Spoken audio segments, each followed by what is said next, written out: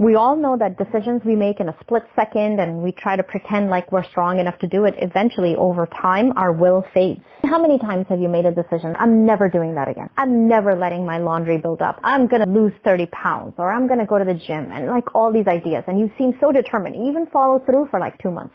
What happens after those 2 months though? In moments that you need comfort and you're like, not today. Today I just want to feel good.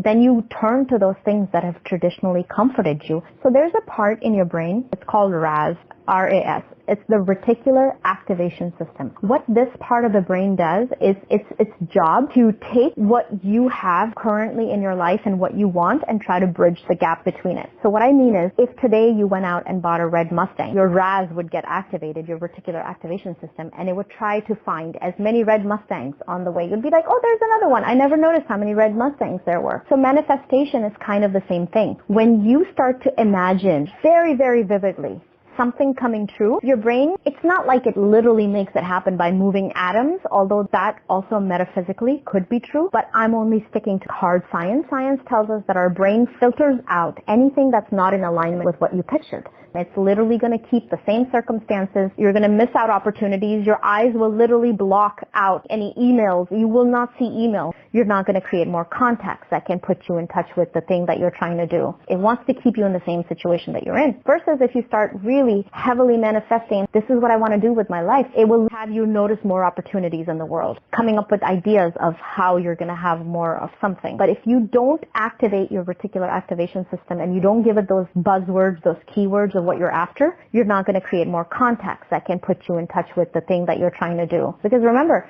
your subconscious has a lot more information than your conscious mind does. So if you realize, you know what, I want to be a journalist and I want to, I don't know, write scripts for ABC, and you just really set your mind to it and you think about it, you fantasize about it, you picture exactly how it's going to happen, your brain's eventually going to be like, okay, she's pretty serious about it. I think I better start creating more and more in the environment. It's going to know that the last 3 times you went to a Starbucks 3 blocks away, that you saw some very important people there. So it's literally going to say, hey, you're craving a cup of coffee. Why don't you go to that Starbucks? And when you go over there, you increase your chances because your subconscious has filed away every piece of information that you've ever witnessed. So it'll know where the directors are hanging out. It'll know where the news anchors are hanging out. The information's all there. We just don't have retention because it's not in alignment with what we're creating. So it's literally going to create a craving for you. Go to that particular shopping mall where you're likely to run into people. So you can go to that particular bank. It's increasing your likelihood that you're going to do something. If you are able to picture it very, very vividly, then it's going to be attracted to those types of places. You're going to make more friends that are going to know more people like that because you'll just have an instinct. But it won't be so conscious. You'll just naturally want to make friends with a person like that.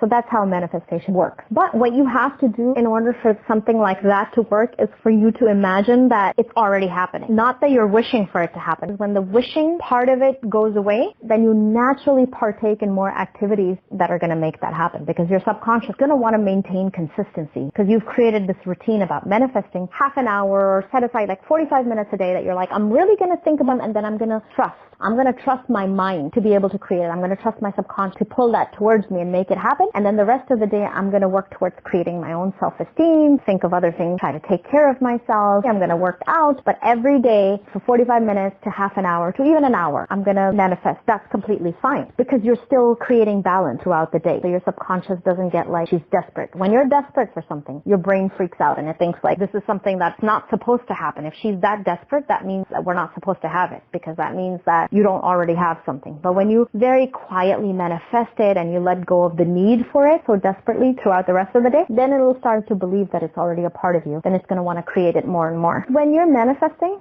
it's kind of like this. Let's say that you got fired from a job and you really want that job back. It's one thing to constantly beat yourself up and be like, I did so terrible. If I just hadn't done that, blah, blah. And let's say you're doing that all day. That's wrong, right? But if you literally say, you know what, I'm going to apply to 30 other jobs, but I'm just going to take half an hour in a day or in a week to just figure out ways how to get that job back. Perhaps I just email my boss. And then after I do that, then I've moved on. That's all I could do. That's the only part I can control. I can only control this part. And after that, you're done. You could do that for a year and it's not toxic and you can move on because you're also doing other things. You're also making other efforts. You can continue to manifest, but then you just let go. Outside of that manifesting session, you just force yourself to do other activities, to think about other things, looking for other opportunities, work, improving relationships with your friends. You do all of that. Don't just do it all day and all the time and don't have any possibilities outside of that's what's going to block it. and keep it from manifesting. But you're not spooking your mind.